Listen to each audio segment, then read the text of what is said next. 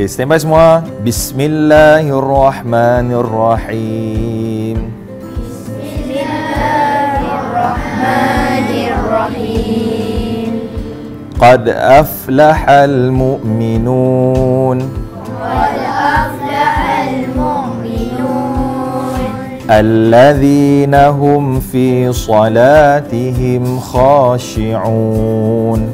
Alladzina hum fi salatihim khashi'un. Okey, anak-anak sekalian, dengan nama Allah yang Maha Pemurah lagi Maha Mengasihani, sesungguhnya berjayalah orang-orang yang beriman, iaitu mereka yang khusyuk di dalam solatnya.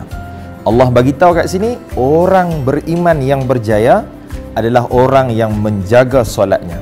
Subhanallah, beruntungnya anak-anak ni kerana mereka boleh memahami setiap patah ayat Al-Quran melalui Al-Quran wakaf yang istimewa. Beruntungnya mereka yang masih boleh beramal walaupun telah meninggal dunia. Bagaimana? Dengan cara melaksanakan sumbangan wakaf Al-Quran pendidikan untuk sekolah-sekolah sekitar wilayah persekutuan. Al-Quran wakaf ini mendapat permintaan yang sangat tinggi di sekolah-sekolah di sekitar wilayah persekutuan. Menariknya, Quran ini dilengkapi dengan terjemahan, bertajwid, hadis sahih berkaitan dengan ayat-ayat dan juga asbabun nuzul, sebab turunnya ayat tersebut.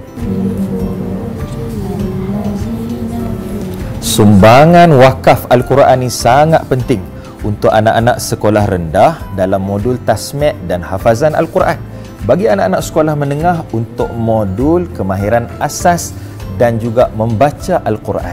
Sebab tu tuan-tuan sekalian, pentingnya kita membina generasi yang celik Al-Quran, yang menjadikan Al-Quran sebagai suluhan dan panduan kehidupan.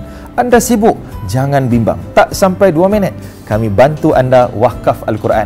Klik sahaja link yang disediakan.